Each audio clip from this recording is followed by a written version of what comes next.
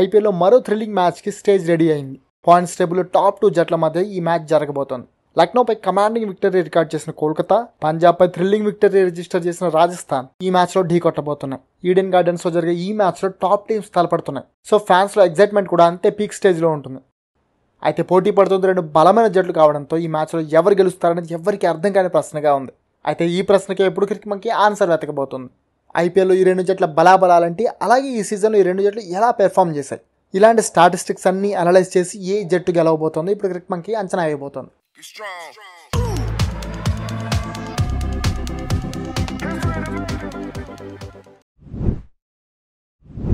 ముందుగా points table గురించి మాట్లాడుకుంటే ఈ సీజన్లో ఇప్పటివరకు రాజస్థాన్ రాయల్స్ 6 మ్యాచ్లు ఆడింది. వీటిలో ఒక్కటే ఓడిపోయింది. మిగతా 5 మ్యాచ్లు గెలిచి టేబుల్ టాపర్గా ఉంది.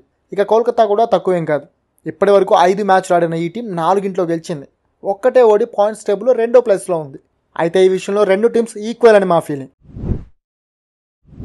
ఐపీఎల్ చరిత్రలో ఈ 2 టీమ్స్ మొత్తం 28 మ్యాచ్లు ఆడాయి. వీటిలో 14 సార్లు కేకేఆర్ గెలిస్తే రాజస్థాన్ 13 సార్లు గెలుపు చూసింది. ఒక మ్యాచ్లో రిజల్ట్ రాలేదు. ఈ విషయంలో కూడా 2 టీమ్స్ ఈక్వల్గానే ఉన్నాయి.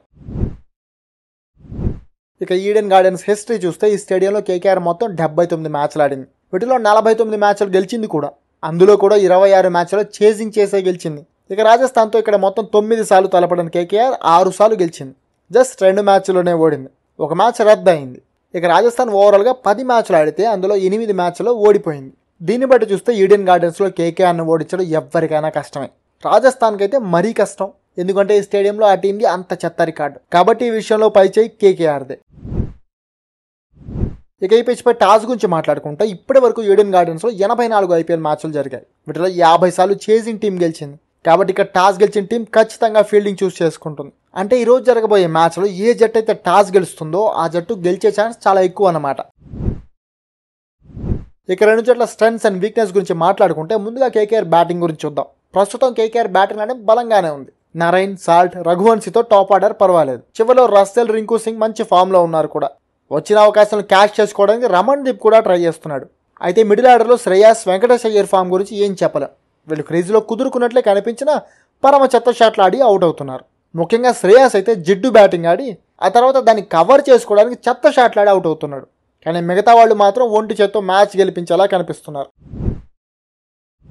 ఇదే టైంలో రాజస్థాన్ బౌలింగ్ మంచి ఫామ్లో ఉంది. ఫారెన్ బౌలర్లు ట్రెంట్ బౌల్ట్, బర్గర్ బాగా బౌలింగ్ చేస్తున్నారు. కుల్దీప్ సేన్ కూడా పర్వాలేదనిపిస్తున్నాడు. కానీ ఆవేష్ ఖాన్ మాత్రం ఒక మ్యాచ్ ఆడితే ఇంకో మ్యాచ్లో సరైన పెర్ఫార్మెన్స్ చేయలేకపోతున్నాడు. కాబట్టి అతనిపై సంజు నమ్మకం పెట్టుకోకపోవడమే మంచిది. ఇక స్పిన్ విభాగంలో చాహల్, అశ్విన్ మించిన స్పిన్ జోడి ఇంకెక్కడా ఉండదనే చెప్పాలి. కేకేఆర్ బ్యాటింగ్, రాజస్థాన్ బౌలింగ్ 2 బలంగానే కనిపిస్తున్నా కూడా స్లైట్ ఎడ్జ్ మాత్రం ఆర్ఆర్ బౌలింగ్కే ఉంది. ఇక రాజస్థాన్ బ్యాటింగ్ గురించి మాట్లాడుకుంటే ఓపెనర్లు జైస్వాల్, బట్లర్ అనుకున్న లెవెల్లో ఆడట్లేదు. పడిక్కల్ కూడా తన స్థాయిలో ఆడలేకపోతున్నాడు. దీంతో సంజు, పరాగ్ ఇద్దరే రాజస్థాన్ మోస్తున్నారు. జురెల్, హెట్మైర్ కొంచెం హెల్ప్ చేస్తున్నారు కానీ జట్టును గెలిపించే బరువు బాధ్యతలు మాత్రం తీసుకోలేకపోతున్నారు. అదే కేకేఆర్ బౌలింగ్ లో స్టార్క్ ఫామ్ లోకి వచ్చేసాడు. హర్షిత్ రాణా, వైభవ్ అరోరా కూడా బాగానే బౌలింగ్ చేస్తున్నారు. రస్సెల్ కూడా అడపాదడపా వికెట్ తీసుకుంటూ బ్యాటర్లను ఇబ్బంది పెడుతున్నాడు. ఇక వరుణ్ చక్రవర్తి, సునీల్ నారాయణ్ స్పిన్ జోడిని తట్టుకోవడం కూడా కష్టమే. అలాంటిది వీళ్ళకి సూర్య శర్మ కూడా కలిస్తే ఆపడం అసాధ్యమనే చెప్పాలి. కాబట్టి మరీ హెవీగా సంజు, పరాగ్ మీదే ఆధారపడుతున్న రాజస్థాన్ ఈ బౌలింగ్ అటాక్ పై ఎదురుదాడి చేయడం సాధ్యం కాకపోవచ్చు. సో ఇక్కడ పైచేయి కేకేఆర్ బౌలింగ్ దే. ఓవరాల్ గా చూసుకుంటే ఈ మ్యాచ్ లో కేకేఆర్ కి స్లైట్ అప్పర్ హ్యాండ్ ఉంది. ఎంతైనా వాళ్ళకి ఇది హోమ్ గ్రౌండ్ కాబట్టి కేకేఆర్ మ్యాచ్ లో హాట్ ఫేవరెట్. దానికి తోడు ఆ team lucky charm Shahrukh Khan కూడా ఉన్నాడు. మా అంచనా ప్రకారం రాజస్థాన్ టాస్ గెలిచి ఫీల్డింగ్ ఎంచుకుంటే కేకేఆర్ తమ హోమ్ గ్రౌండ్ లో 200+ స్కోర్ చేస్తుంది. దీన్ని చేసే టాలెంట్ రాజస్థాన్ కు ఉంది. కానీ జైస్వాల్, బట్లర్ తడబడితే రాజస్థాన్ కి ఆ చేసింగ్ కష్టం అయిపోతుంది. ఒకవేళ కేకేఆర్ టాస్ గెలిచి బౌలింగ్ ఎంచుకుంటే రాజస్థాన్ 180 or 190 రన్స్ కి కట్టడి చేస్తుంది. సంజు ఎంత తెలివిగా ప్లాన్లు వేసినా ఈ టార్గెట్ ను కేకేఆర్ చేసేస్తుందనే మా నమ్మకం. సో ఫైనల్ గా క్రిక్ మంకీ అంచనా ప్రకారం ఈ మ్యాచ్ లో కేకేఆర్ గెలవడానికి 70% ఛాన్స్ ఉంది. మరి మీరేమంటారు?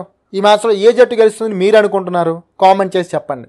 అలాగే ఈ వీడియో నచ్చినట్లయితే లైక్ చేసి షేర్ చేయండి. అలాగే మా ఛానల్ సబ్స్క్రైబ్ చేసి ఏమైనా సలహాలు ఉంటే ఇవ్వండి.